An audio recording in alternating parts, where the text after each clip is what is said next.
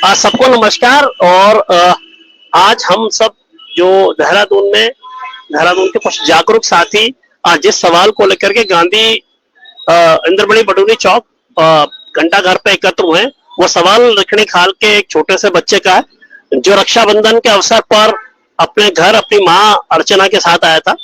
और जैसा कि हम पिछले कई वर्षों से सुन रहे हैं, और एक गोलदार ने उस बच्चे को, निरीह छोटे से बच्चे को वहां से उठा के ले गया। बहुत यत्न के बाद उस बच्चे का जो शरीर मिला और पूरे गांव में सन्नाटा था।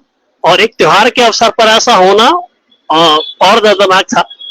और इस घटना ने एक बार फिर से पहाड़ में उस सवाल को खड़ा कर दिया, जो सवाल पिछले कई सालों से बहुत सारे सामाजिक संस्थाएं, जागरूक लोग उठा रहे थे। वो था वन्यजीवी संघर्ष का। लगातार पहाड़ों में बढ़ते हुए जानवरों के हमले, विशेष रूप से गुलदार के हमले को लेकर के ये घटना घटी। इसलिए हमने इस घटना के खिलाफ अपना दुख और आक्रोश जताने के लिए हम सब देहात के साथ यहाँ पर इकट्ठा हुए हैं। और आज हमारे साथ विशेष रूप से फील गुड ट्रस्ट से सुधीर सुंदयाल जी हैं, जो डाबरा गांव चौवाटा खाल से हैं, और जिन्होंने 2021 में इस सवाल को उठाते हुए एक 12 सूत्री मांग पत्र शासन को दिया था। और उनकी लड़ाई को समर्थन करते हुए हमने इस वर्ष एक बार पहले भी इस पोस्टर को जारी किया। एक बार फिर हमने इस डिमांड को देहरादून के और पूरे उत्तराखंड के लोगों से कहा कि इस पोस्टर को अपनी तरफ शेयर करें और ये शासन तक बात पहुंचे। एक संतुष्टि की बात यह है कि आज विधानसभा में इशू उठा, दोनों पार्टियों ने सवाल को उठाया और अपनी तरफ से इस बात को पुरजोर तरीके से कहा। लेकिन असली बात अब यह है कि इस सवाल के उत्तर में क्या गतिविधि होती है, क्या काम होता है, आने वाला समय बताएगा। तो मैं चाहूंगा सबसे पहले हमारे अध्यक्ष लोकेश जी यहाँ पर मौजूद हैं, वो कुछ कहना चाहते हैं तो अपनी बात रही। ये जो सामाजिक चिंता का एक बड़ा विषय है कि पिछले कुछ वर्षों में गुलदारों के मनुष्य पर इतने आक्रमण हुए हैं कि इसमें 1000 से अधिक बच्चों को, महिलाओं को और लोगों को गुलदारों ने खा दिया। एक तरह से ये मानवीय जीवन की क्षति है, ह्यूमन की। दूसरी तरफ जो हमारे प्रोडक्टिव एनिमल्स हैं, उनको गुलदार लगातार अपना भोजन बनाते रहे हैं। इस पर मनुष्य ने कभी, या जो वहां के निवासियों ने कभी बहुत बड़ी लड़ाई नहीं लड़ी। लेकिन जब वो लगातार मानवीय जीवन को क्षति पहुंचा रहा है गुलदार, तो ये बहुत चिंताजनक कारण है। और हमें दुख के साथ कहना पड़ रहा है कि फील गुड ट्रस्ट द्वारा 2021 में जब इस बात को उठाया गया था, तो सरकार ने उतनी गंभीरता से इसे नहीं लिया। जो मानवीय क्षति हो रही है, आप कहते हैं कि जो वन्य पशु हैं, खासकर हिंसक पशुओं की रक्षा के लिए सरकार ने, संरक्षण के लिए सरकार ने नियम बना रखे हैं कि आप अगर उन्हें मारते हैं तो आपको सजा होगी। चलिए, ये हमारे एक सिस्टम का हिस्सा है, हम इसे स्वीकार करते हैं। इसे स्वीकार करने में हमें हिचक नहीं है। आप उन्हें बचाइए, संरक्षित कीजिए, लेकिन जो ह्यूमन है उसकी रक्षा कौन करेगा? अगर आपने कानून बनाए हैं, तो ऐसा कानून बनाने से पहले जो वहां का जो ह्यूमन है, मनुष्य है, उसकी रक्षा भी उतनी जरूरी है। और हमें उस मनुष्य की रक्षा की जिम्मेदारी लेनी चाहिए, क्योंकि उसकी जिम्मेदारी कोई व्यक्ति नहीं ले सकता, कोई गांव अकेले नहीं ले सकता। सरकार को वो जिम्मेदारी लेनी होगी और हर गांव की सुरक्षा करनी होगी। अन्यथा आप देख रहे हैं कि गुलदार के भय में कई लोग जी रहे हैं, बाघों के भय में जी रहे हैं। खासकर जहां राष्ट्रीय पार्क हैं, Rajaji national park, Jim Corbett national park या सोन नदी अभयारण्य, यहाँ पर जो बाघ हैं अपने शिकार की खोज में गांव की ओर बढ़ रहे हैं, क्योंकि वन्य क्षेत्रों में जो जंगली पशुओं की आबादी थी वो उन्हें पर्याप्त मात्रा में न मिल पाने के कारण ये वर्षों से पहले पहाड़ में जाते रहे हैं। लेकिन पिछले कुछ वर्षों में ये इनका जो गांव की तरफ वन से निष्क्रमण हो रहा है, बहुत अधिक हो रहा है, जिसके कारण मानवीय जीवन को बहुत हानि हो रही है। और हमारा जो नुकसान हो रहा है आर्थिकी का, वो अलग बात है। परिवार तहस नहस हो रहे हैं, अनाथ हो रहे हैं, ये दूसरा सवाल है। तीसरा सवाल, जो वहां इस भय के कारण जो लोग जी रहे हैं, तो जिंदगी भर भय में जीना, मैं अभी जो उसके आसपास के कुछ गांव हैं वो शाम होते ही दरवाजे बंद कर देते हैं, तो भय में जीना भी एक बड़ा डर है। और इसके कारण जिसको भी अवसर मिल रहा है वो गांव छोड़ रहा है और फिर हिमालय एक विशुद्ध और पूरी तरह से अभयारण्य में बदल रहा है, जंगल में बदल रहा है, अनुत्पादक क्षेत्र में बदल रहा है। इन मुद्दों पर कभी विचार नहीं किया गया। तो हमारी मांगे हैं कि गुलदारों से गांव बचाओ, बाघों से इंसान बचाओ, ये स्लोगन है। मैं इसको कहूंगा, आप मेरे साथ रिपीट करेंगे। मैं कहूंगा गुलदारों से गांव बचाओ, आप कहेंगे बाघों से इंसान बचाओ। गांवों से गुलदार बचाओ, बाघों से इंसान बचाओ, गुलदारों से गांव बचाओ, बाघों से इंसान बचाओ, गुलदारों से गांव बचाओ। बाघों से इंसान बचाओ। बस सरकार से यही प्रार्थना है कि जो कानून आपने बनाए हैं, ग्राम सुरक्षा का कानून बनाया जाए। और क्योंकि ये किसी व्यक्ति के बस की बात नहीं है, किसी गांव के बस की बात नहीं है, समाज के सामूहिक परिवर्तनों की बात नहीं है। वन विभाग का जो बड़ा सा बजट है उसमें एक प्रावधान ये भी रखा जाए कि हर गांव को सुरक्षा बाड़ से घेरा जाए ताकि ह्यूमन सुरक्षित रह सके। इतना ही कहना चाहूंगा। धन्यवाद।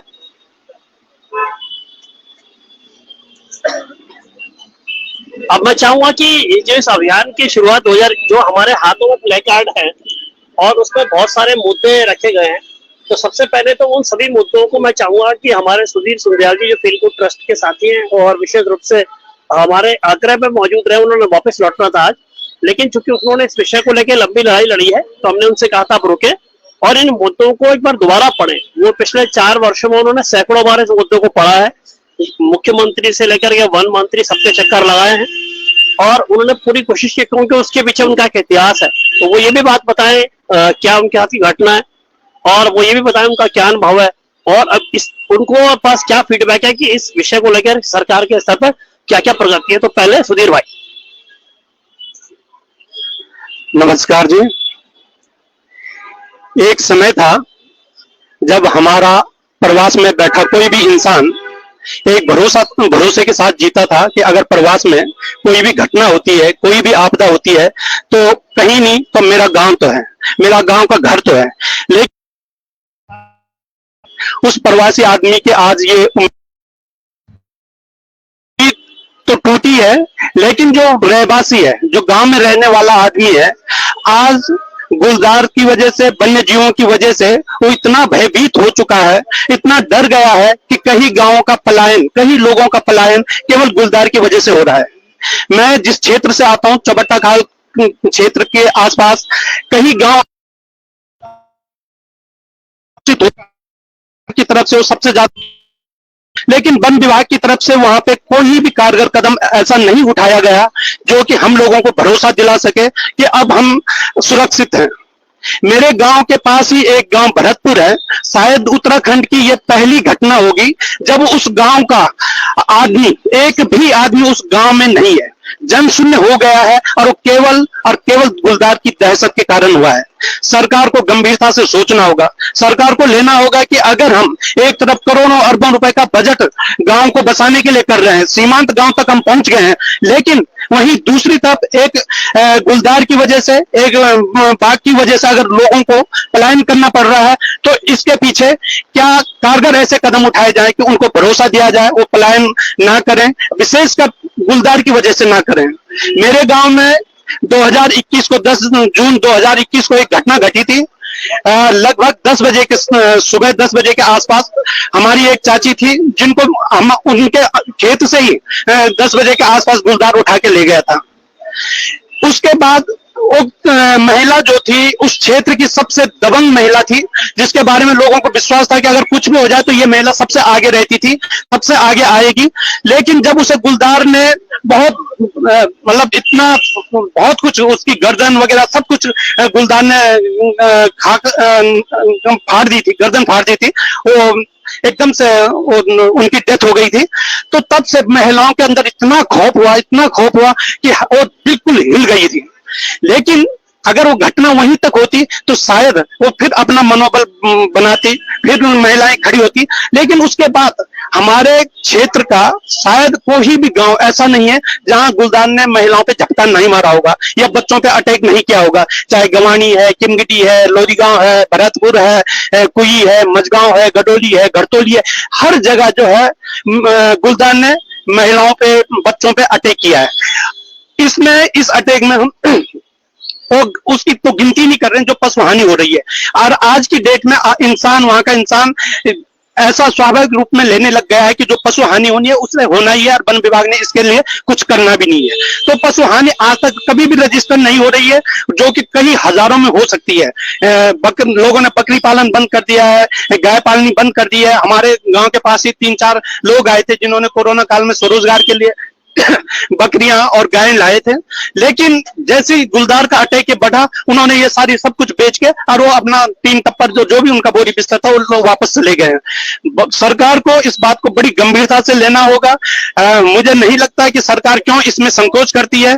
जनसंख्या वृद्धि के लिए कानून है, जनसंख्या वृद्धि के लिए कई साधन और सरकार उपाय सोचती है, लेकिन गुलदार की वृद्धि के लिए सरकार क्यों मौन है, क्यों कोई कारगर कदम नहीं उठा रहे हैं, ये समझ में नहीं आ रहा है। ये घटनाएं लगातार बढ़ती जा रही हैं, और केवल पौड़ी क्षेत्र में ही नहीं, मुझे लग रहा है उत्तराखंड के हर क्षेत्र में यह घटना हो रही है। सरकार को जल्दी से जल्दी कोई कारगर कदम उठाना चाहिए। अगर ना उठा है तो मुझे लगता है एक दिन ऐसा सब कुछ होगा, फिर प्रयासित करने से कोई फायदा नहीं मिलेगा, फिर कोई भी काम जो है, कोई भी सरकार की कार्रवाई फायदेमंद नहीं होगी। तो मुझे सरकार से यही कहना है कि आप जल्दी से जल्दी जो हमारा 12 सूत्रीय मांग पत्र था उसे पुनः अपने संज्ञान में लें। एक पिछले कुछ सालों की लड़ाई से थोड़ा इतना तो हुआ है कि सरकार ने 4 लाख का जो मुआवजा था जनहानि पे, वो 6 लाख किया। 15,000 की जो पशु हानि पे मुआवजा दिया जाता था उसे 35,000 के आसपास कर दिया है। लेकिन फिर भी सरकार का जो एक जी क्षमा चाहूंगा, हमारे बीच में एसडीएम साहब हैं यहाँ पर, वो हमारा ज्ञापन लेने के लिए विशेष रूप से स्वयं आए हैं। तो ये ज्ञापन मैं चाहूंगा लोकेश जी उनको, और भाई आप भी ले लेना, सुधीर भाई।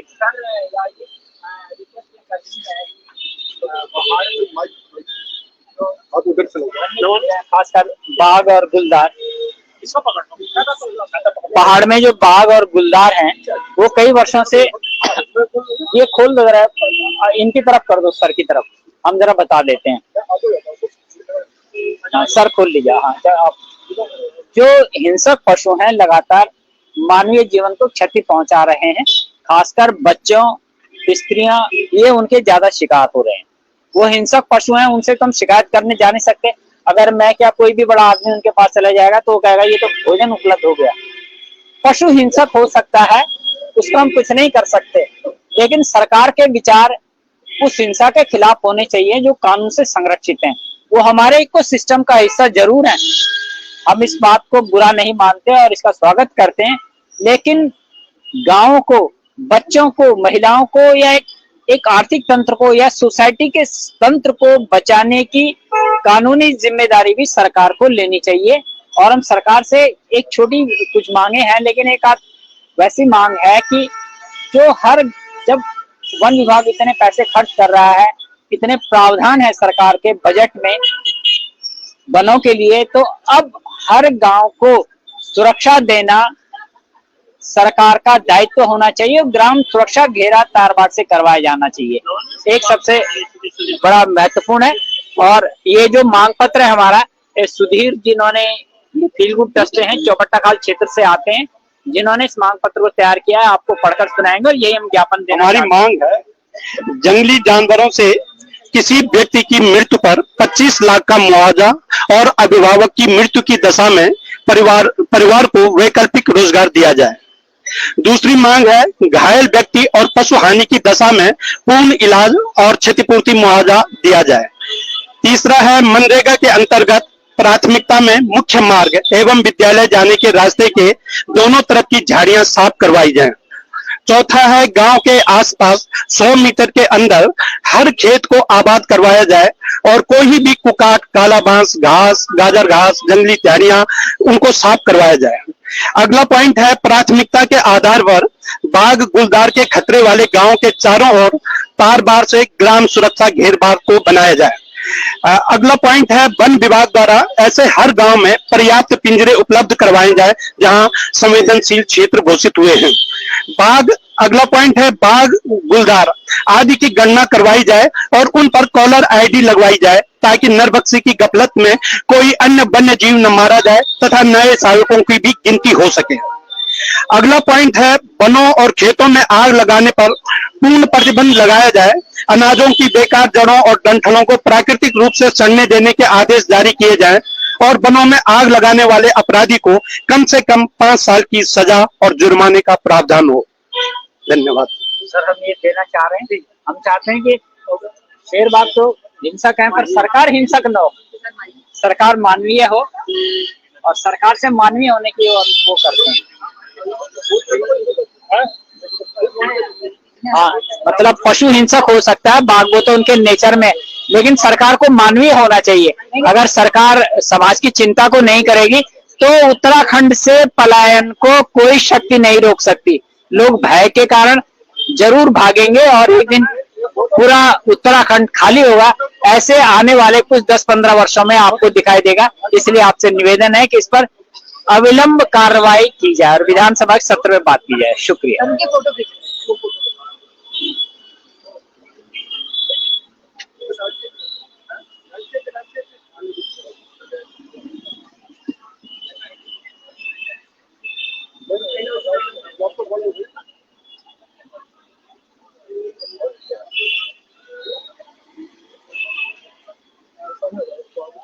Thank you sir, thank you sir. चलो भाई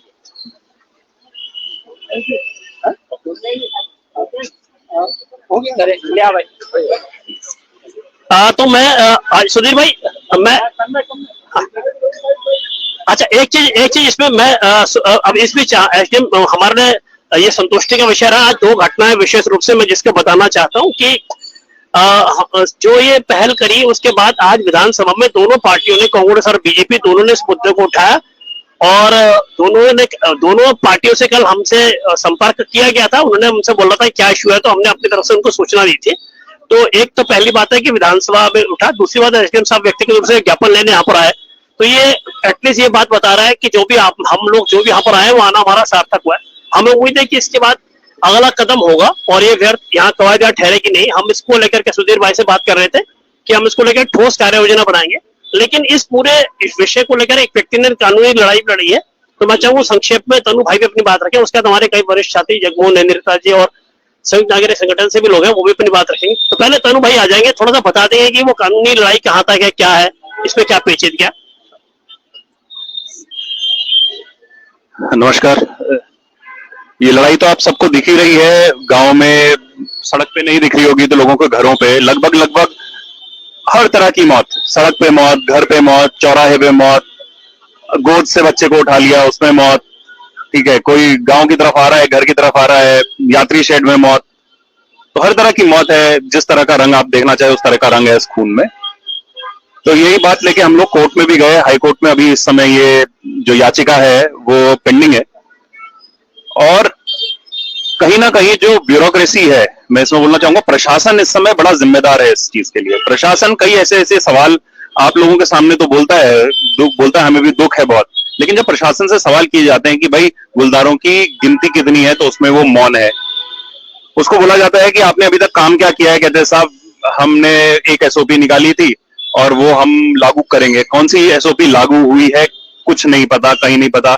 हमारी 12 सूत्री मांग 2021 में चली गई था ना, चलिए आपने तो सारी चीजें ट्राई कर ली, लेकिन उसके बाद अभी तक आपने संवेदनशील क्षेत्रों में कहीं पर भी तार बाड़ नहीं करी। इसका मतलब क्या है? क्या वो फंड्स आप लोगों की जो फॉरेस्ट की पार्टीज होती है उस पर खर्चा करना ज्यादा जरूरी है या इन जगहों पे खर्चा करना ज्यादा जरूरी है? आप अभी तक एक मन ये नहीं बना पाए हैं कि गुलदारों की लड़ाई में व्यक्ति विशेष को किस तरह के राइट्स दिए जाएं, जंगल पे किस तरीके का राइट दिया जाए, संवेदनशील क्षेत्रों को किस तरीके से बैरिकेड किया जाए। तो कहीं ना कहीं हमें यह भी देखना पड़ेगा कि अब लोगों को अपना रुख किसकी तरफ करना है।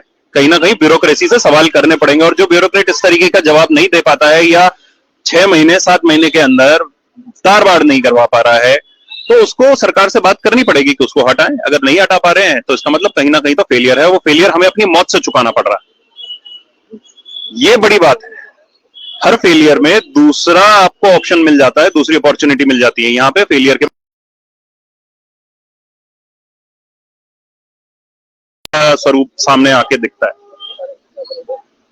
दूसरी एक और बात हम यह रखना चाहेंगे आज कि देखिए, जब ये कोर्ट में मामला चलता है तो गुहार है हमारी कि आप लोग भी थोड़ा उस तरफ भी अपनी नजरें इनायत रखें, उसको भी थोड़ा सा उस केस की तरफ भी दृष्टिगोचर हो, उसको देखें कि वहां पर चल क्या रहा है।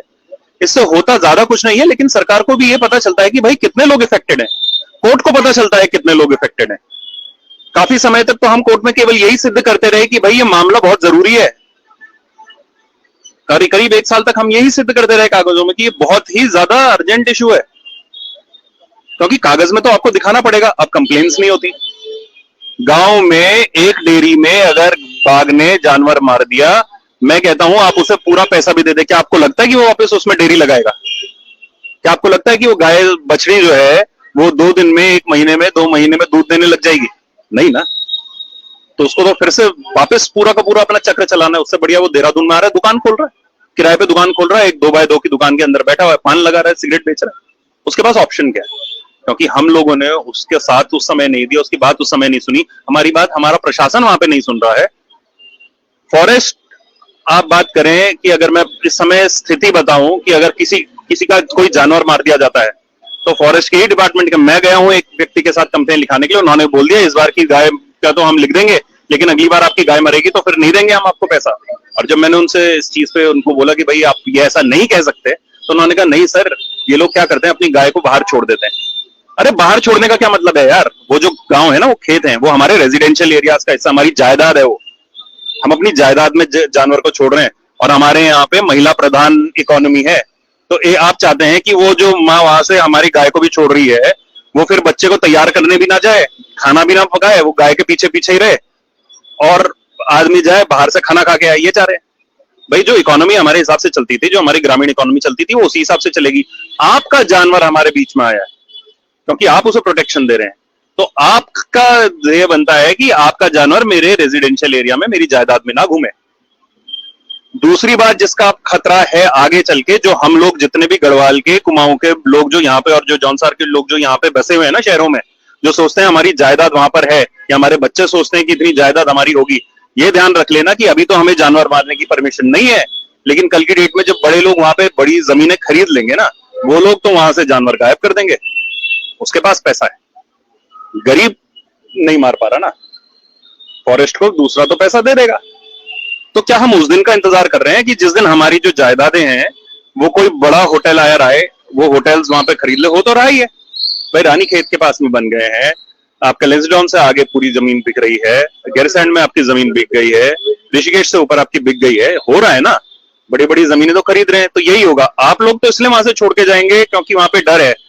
हमारे जैसा आदमी जो कि 30,000 40,000, मैं कहता हूँ 1 लाख 2 लाख रुपए भी महीना कमाता है, उसके लिए बड़ा खतरनाक है कि वो वहां पे प्रोटेक्शन कैसे करे, क्योंकि आप वो ब्राइब नहीं दे पाएंगे।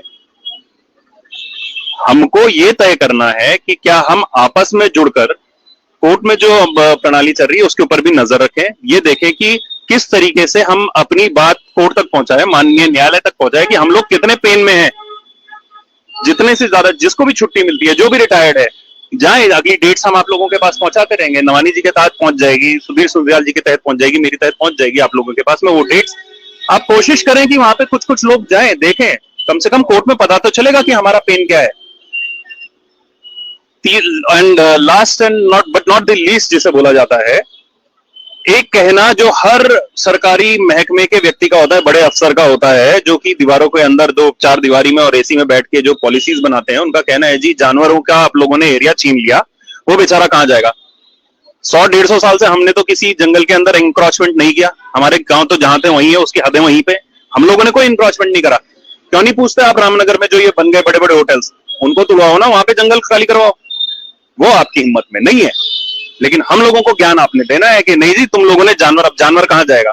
अरे अगर तुम लोग वो जगह नहीं खाली करवा सकते और तुमको जानवरों के लिए जगह रखनी है, तो जितना एरिया तुम्हारे पास बचा है उसके हिसाब से जानवर रखो ना, बढ़ाने की क्या जरूरत है फिर तुम्हें? मैं तो अपने बच्चे को मरता हुआ नहीं देखूंगा ना, मुझे तो अपना बच्चा मरता हुआ नहीं देखना है। तो ये चीजें ध्यान में रखिए। अगर इसमें से कहीं पे भी कोई भी लॉजिकल पॉइंट आपको नजर आता है तो ये समझ लीजिए ये लास्ट लड़ाई है। और अगर आप इस लड़ाई में शरीक होते हैं तो आगे की भी सारी प्रॉब्लम्स आपके हाथ से, अमूमन आपके जो बाकी की प्रॉब्लम्स है वो भी सॉल्व होंगी। क्योंकि ये जो विलेज के लिए जो आपको मिलता है, बिजनेस के लिए लोन मिलता है, वो किस क्यों मिल रहा है? आपको नहीं मिल रहा है, वो मिल रहा है बाहर वाले को। क्यों? क्योंकि आप लोग छोड़ चुके हैं। बेरोजगार आदमी को के लिए आप देख रहे होंगे अभी टिहरी वाला जो लेक के लिए जो आपको मिल रहा था, क्यों मिल रहा है वो देखिएगा कभी उसमें उतार के कि वो शिप्स का, वो बोट्स का लोन किसको मिलेगा? वो उन लोगों को मिलेगा जो कि यहाँ पे बस चुके हैं, वो लोग नहीं जो यहाँ पे पहले कभी बसा करते थे। तो अपनी जमीन बचानी है, अपने गांव बचाने हैं तो दादा अपने लोगों को बचाना पड़ेगा। आगे आइए, कोर्ट पे नजर रखिए, कानूनी प्रक्रिया पे नजर रखिए, क्योंकि this is the last hope. जब तक संवैधानिक प्रोटेक्शन है तब तक सभ्यता को हम मान सकते हैं कि जीवित है। ये आखिरी लड़ाई है, आखिरी पायदान है। उसके बाद तो शायद लड़ाई जो है असभ्यता के दौर पे उतर जाएगी। बस इतनी सी बात मैं अपने यहाँ रखना चाहता हूँ। धन्यवाद तनु भाई। मैं चूंकि विलंब हो रहा, अंधेरा हो रहा, बारिश यहाँ पर तीव्र है, मैं चाहूंगा कि हमारे बीच में जगमोहन मेहंदीरत्ता जी हमारे देहरादून के वरिष्ठ साथी हैं और बैंक एसोसिएशन में जुड़े रहे हैं। उनका बड़ा एक सामाजिक अनुभव है। और आप ये सबसे बड़ी बात देखो ना कि वो मेरे ख्याल से 73 है, लेकिन वो हर कॉल पे हमेशा पहुंचते हैं। तो ये उनका यहाँ होना ये बताता है कि जो जागरूक नागरिक है वो हर कॉल पे खड़ा होता है। और उनके बाद भी ऐसी सूचना गई जैसे बाकी लोगों के पास गई थी। तो मेरा सबसे ये भी निवेदन रहेगा कि जब इस तरह की कॉल होती है तो आया करें। साथ खड़ा होना भी महत्वपूर्ण है, जरूरी नहीं कि हम हर बार कुछ कहना चाहें। तो मैं चाहूंगा जगमोहन भाई साहब भी कुछ कहें। मुझे आज से 25 साल पहले का एक वाक्य याद आ रहा है। मैं यहाँ बैंक कर्मचारी को प्रतिनिधित्व करता था, तो हमारी शाखाएं बहुत पौड़ी गढ़वाल, टिहरी गढ़वाल में बहुत रिमोट, बेदी खाल, गोली खाल, खेरी खाल, बहुत सारी ब्रांचें हैं जो छोटी छोटी ब्रांचें थी। तो मैं रूटीन विजिट पे जाता था बहुत पहले के बाद, 25-30 साल। उसके बाद तो कई बार गए लेकिन संभल गए। तो हम जब 4 बजे वहां पहुंचे तो सब दुकान तो होती नहीं थी, एक आधी दुकान हुई, कुछ लोग, अंधेरा छाया जैसे पता नहीं क्या हो गया। और बैंक भी हमारा 4 बजे बंद कर दिया। और हमने खटखटा के खोला, भाई हम आए। तो मेरा भैया यहाँ तो बाहर आ जाता 5 बजे। ये 25 साल पहले की बात बता रहा हूँ। 25 साल पहले भी जिस तरह बाघ घूम रहे थे, आज भी वही स्थिति, कोई अंतर नहीं हुआ। और उसके बाद मैं तो समझता हूँ उससे ज्यादा बढ़ गया। उससे ज्यादा रोज हम जो अखबारों के माध्यम से रोज खबरें सुनते हैं, आज इसको मार दिया। और मेरे साथी ने बहुत सही कहा कि मर तो गरीब रहा है, अमीर नहीं मर रहा। गरीब आदमी रह रहे हैं, वो अपनी छोटी मोटी खेती बाड़ी कर रहे हैं। और सबसे बड़ा दुख तो इस बात का है कि कोरोना में जिस प्रकार देश और विदेश से लोग यहाँ आए कि चलो हम अपने, बहुत सारे लोग आए कि हम अपना छोटा मोटा रोजगार करेंगे, अपनी मातृभूमि में रहेंगे, चाहे हमें कम मिलेगा लेकिन हम जगह पे रहेंगे। उनके साथ भी वही स्थिति आ गई कि बाघ, अब वो करे, बाहर के लोग निश्चित रूप से बड़े बड़े रिसोर्ट, सारी जमीनें हमारी जल जंगल जमीन के सारे अधिकार हमसे छीन लिए हैं। और प्रोटेक्शन के नाम पे कुछ भी नहीं दिया गया। आज विधानसभा का सत्र हो रहा है, आपने अखबारों में पढ़ लिया होगा, 1-1 लाख रुपया महीना उनके 72 वेतन बढ़ रहे हैं। आप उन घटनाओं पे जो हमारे अंदर हो रही है उनकी सुरक्षा के लिए आप कुछ नहीं कर रहे। तो ये बड़ी शर्म की बात है। इसको हमें एक जन आंदोलन के रूप में, अच्छी बात कही कि इन्होंने प्रयास किया और विधानसभा में प्रश्न, लेकिन विधानसभा में प्रश्न उठना कोई बड़ी बात नहीं है। हमें फील्ड में वर्क चाहिए, हमारी सुरक्षा होनी चाहिए। जो हमारी डिमांड है कि 25 लाख रुपए मिलना चाहिए, जंगली में आग लगती है तो उसके जुर्माना लगाना चाहिए, इन पे जिस दिन अमल होगा हम समझेंगे हमारा ये आंदोलन सफल रहेगा। धन्यवाद। धन्यवाद जगमोहन जी। और अगर कोई अन्य व्यक्ति अपनी बात, किशन जी मैं चाहूंगा, नहीं मैं बोलता हूँ। नमस्कार। आज हम लोग फील गुड ऑर्गेनाइजेशन और धाद के सदस्य यहाँ पे देहरादून घंटाघर चौक, इंद्रमणि बड़ौनी चौक में खड़े हैं और हम चिंता जाहिर कर रहे हैं कि जो गुलदार और बाघ हमारे गांव में बच्चों को और मनुष्यों को जो खा रहा है, नरभक्षी हो गए बाघ, तो उसके प्रति हमारी चिंता है और सरकार को कुछ ना कुछ करना चाहिए ताकि हमारे जो गांव वाले हैं, जो ग्रामवासी हैं, उनको बचाया जा सके। और गांव में लगातार जो बाघ आक्रमण कर रहा है लोगों पे, नरभक्षी हो रहे हैं, तो इसके लिए गांव की सुरक्षा करनी चाहिए। गांव के चारों तरफ जो है बाढ़ तार बाड़ लगानी चाहिए। बच्चे जो स्कूल जाते हैं उनके स्कूल के रास्ते में तार बाड़ की सुरक्षा होनी चाहिए। स्कूल में बच्चे रहते हैं, स्कूल के चारों तरफ कुछ सुरक्षा का प्रबंध किया जाए। और अगर सरकार नहीं कर पा रही है, सरकार का दायित्व है, और इससे हमें हमारे जो पलायन हो रहा है वो भी बढ़ रहा है। लोग अपनी जान बचा के गांव से जो है शहर की ओर पलायन कर रहे हैं। अगर सरकार से नहीं हो पा रहा है तो हमारा ये रिक्वेस्ट है कि हर एक गांव में एक एक फौजी रहता है, भूतपूर्व सैनिक है, उनको एक एक बंदूक जो है गवर्नमेंट की तरफ से दे दी जाए, और वो जो है बाघों का ठीक से इलाज कर सकते हैं, ताकि जो बाघ है वो गांव के नजदीक ना आए और गांव से जंगल इलाके में अपने रहे। Thank you. धन्यवाद मेजर साहब। और उनकी आपकी चिंता और कंसर्न वाजिब है। हमारे साथ जो हरेला, ये हमारे जो ये हमने जिस सवाल को उठाने का तय किया बहुत शॉर्ट नोटिस पे, कल ही हमारे बीच में तय हुआ, और हमको लगा हम चाहे कितनी कम संख्या में भी आए लेकिन इस सवाल को अपनी तरफ से उठाते हैं। लेकिन बहुत कम समय में इस सवाल ने अपना ग्राउंड गेन किया, क्योंकि ये सच में चिंता थी, लेकिन लोग उसे उठाने में उदासीनता दिखा रहे थे। तो हमारे साथी फील गुड ट्रस्ट और हरेला गांव अध्याय के साथी जिन्होंने इसको उठाया, उसमें हरेला गांव के किशन जी हमारे बीच में, तो मैं चाहूँ किशन जी भी अपनी बात है। धन्यवाद तन्मय जी। मैं सभी लोगों ने अभी बहुत कुछ इस बाघ के अटैक के ऊपर या जो हो रहा है उसके ऊपर बता दिया। मुझे लगता है मेरी अपनी एक चिंता है, और वो चिंता ये है कि बाघ भी इसी प्लेनेट का इंसान, इसी प्लेनेट का एक जीव है, उसको भी जीने का हक है। हम ये नहीं कह रहे हैं कि हम बाघों को मार देंगे या बाघों को। अभी क्या होगा, मैं आपको एक छोटा सा वो बता देता हूँ। जैसे प्रेशर बढ़ेगा, जंगलात वाले जाएंगे वहां, एक पिंजरा लगाएंगे, एक बाघ को पकड़ेंगे और उसको कहीं और दूसरे जंगल में छोड़ के आ जाएंगे। ये सोल्यूशन नहीं है, ये टेम्परेरी सोल्यूशन है। या ज्यादा क्या होगा, अगर वो अब वो कौन सा बाघ जो है नरभक्षी था, कौन सा बाघ मारा गया, कौन सा बाघ पकड़ा गया, ये तो किसी पे फीता लगा नहीं है। तो यह एक बहुत बड़ी समस्या है। इसलिए जो है मुझे लगता है कि इसको थोड़ा सा सरकारों को भी और फॉरेस्ट डिपार्टमेंट को भी थोड़ा सा आगे बढ़ के सोचना पड़ेगा, इसमें चिंतन करना पड़ेगा कि ये ऐसा क्यों हो रहा है। हमारी जो सभ्यता है, पहाड़ की जो सभ्यता है, वो आज की नहीं है। हम लाखों वर्षों से, हजारों वर्षों से जो है इन्हीं बाघों के और इन्हीं तेंदुओं के साथ में जीते हुए आ रहे हैं। हमारे गांव के बीच में नदी है, और नदी के सामने जो है बाघ है, और वहां से बाघ जब आपस में भी वो थोड़ा सा वो करते हैं तो हमारे गांव में सुनाई देता है, तो हम लोग बच्चे अंदर भाग जाते थे। लेकिन हमने बाघ कभी सामने नहीं देखा। मेरी 58 साल की उम्र हो गई है, मैंने बाघ को अपने सामने नहीं देखा था आज तक। पिछले साल जब मैं घर जा रहा था तो इनके गांव के सामने, डबरा के सामने, पिलवास के सामने बाघ मेरे सड़क पे मेरे से आगे चल रहा था गाड़ी में। मैं गाड़ी में था, वो पैदल चल रहा था, लेकिन वो उसको इतना डर नहीं हुआ कि गाड़ी पीछे से आ रही है। कम से कम वो आधा किलोमीटर मेरे साथ चलता रहा आगे से। मतलब उसको बिल्कुल भी खौफ नहीं था कि कोई इंसान पीछे से आ रहा है। जबकि बाघ या तेंदुआ या जो लेपर्ड्स जिसको हम बोलते हैं, या गुलदार जो है, गुलदार दिखाई नहीं देता था। गुलदार एक इतना शर्मीला जानवर है कि वो कभी भी जो है आबादी के नजदीक नहीं आने, आदमी से छुपता है। तेंदुए की सेम वो है कि वो शेर भले ही आपके नजदीक आ जाए, बाघ लेपर्ड जो है, सॉरी क्या बोलते हैं, बाघ जो है आपके नजदीक आ जाए, लेकिन तेंदुआ या गुलदार कभी भी जो है इंसान के नजदीक नहीं आना चाहता था। आज तक का रिकॉर्ड है, देखा नहीं जाता था।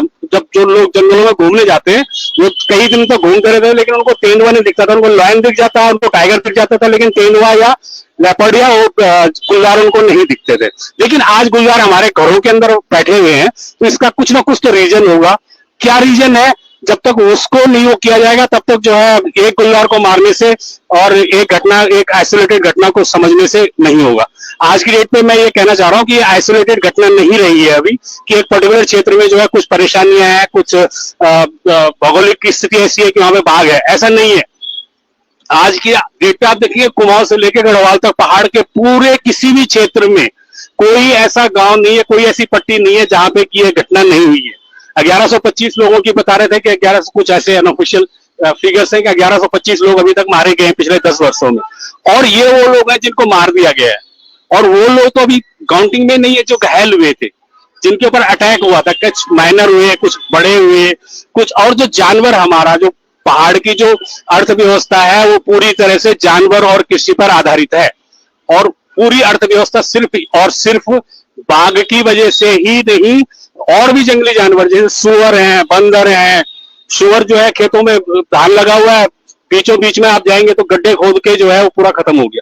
तो यहाँ पे सिर्फ बाघ की समस्या नहीं, बाघ सीधे जो है मानव पे हमला कर रहा है, यस ऑफ कोर्स वो ज्यादा इंपॉर्टेंट इश्यू है, लेकिन और भी जंगली जानवर जैसे बाघ है, बंदर है, वो आज गांव के अंदर अंदर घुस गए। गांव में लोग रोटी बना रहे हैं और रोटी उठा के लेके चला जा रहा है बंदर, और अगर कोई उसके सामने खड़ा हो जाए तो उसको 2 थप्पड़ मार के या काट के चला जाता है। और ये घटनाएं कहीं दर्ज नहीं होती है, न वन विभाग इसको दर्ज करता है, न कोई मीडिया दर्ज करता है, न कोई सोशल ऑर्गेनाइजेशन इसको दर्ज करता है।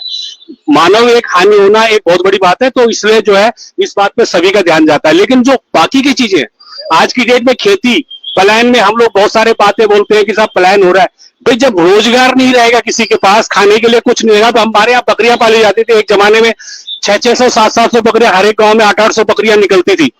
जो रास्ते होते थे सुबह के टाइम पे चारों तरफ से बकरियां निकलती थी, चरने के लिए जाती थी।